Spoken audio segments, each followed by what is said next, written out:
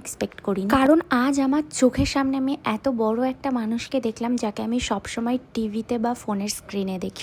সেটা জানতে হলে আমার ভিডিওটা কিন্তু একদম এন্ড পর্যন্ত দেখতে হবে। তার আগে সারাদিনের পুরো ঘটনাটা তোমাদের সাথে বলি। হ্যালো এভরিওয়ান, আমি মধুমিতা। আজকে আমি তোমাদের সাথে একটা দারুণ ব্লগ শেয়ার করছি।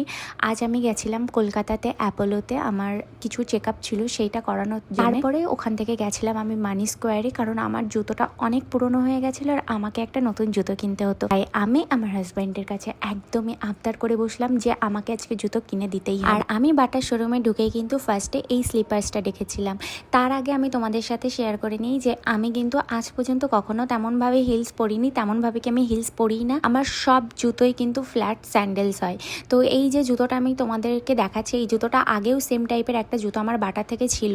তো এটা ফার্স্টে ট্রাই করার পরে আমার চোখ গিয়ে পড়ে আর একটা জুতোতে, যেটা কিন্তু একটু হিল ছিল। তোমাদেরকে সেটা দেখাই। তোমরা বলো যে এই দুটো জুতোর মধ্যে থেকে কোন জুতোটা আমার পায়ে বেশি ভালো লাগছে। তোমরা কমেন্ট সেকশনে গেস করো যে আমি কোন জুতোটা নিয়েছি। কজন তোমরা ঠিক গেস করো। তোমাদের ফার্স্ট স্যান্ডেলটা ভালো লেগেছে নাকি সেকেন্ডটা, সেটা কিন্তু জানাতে ভুলো না। আর হ্যাঁ, এই যে স্যান্ডেলটা আমি ট্রাই করছিলাম এটা ছিল পিওর লেদারের, কোয়ালিটিটাও ভালোই ছিল।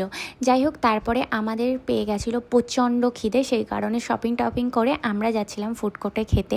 আর আমার আজকে প্রচণ্ড চাইনিজ খেতে ইচ্ছা করছিল, সেই কারণে ফুড কোর্টে গেলে আমার সব থেকে আগে মাথায় এটাই ঘোরে যে আমি কোথায় যাব আর কোন জিনিসটা খাবো, কারণ এত অপশানের মাঝখানে আমি সত্যিই কনফিউজড হয়ে যাই।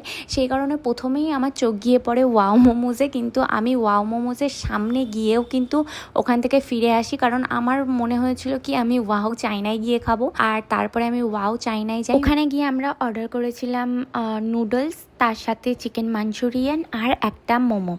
আবারও বলে দিই, আগের ভিডিওতে আমি তোমাদের সাথে শেয়ার করেছিলাম আমার যখন খেতে ইচ্ছা করে তখন মনে আমি সব খেয়ে নিই, কিন্তু আমার পেটে একদমই জায়গা ধরে না। সেই কারণে আমি যা কিছুই অর্ডার করি না কেন তার থেকে একবার বা দুবার খাওয়ার পরে আমার পেটটা একদম ভরে যায়। যাই হোক, এখানে আমি বসে গিয়েছিলাম। বসে যাওয়ার পরে অনেকক্ষণ ওয়েট করার পরে কিন্তু আমাদের অর্ডারটা ফাইনালি ওরা ডাকলো, তো গিয়ে আমি অর্ডারটা নিয়ে আসলাম।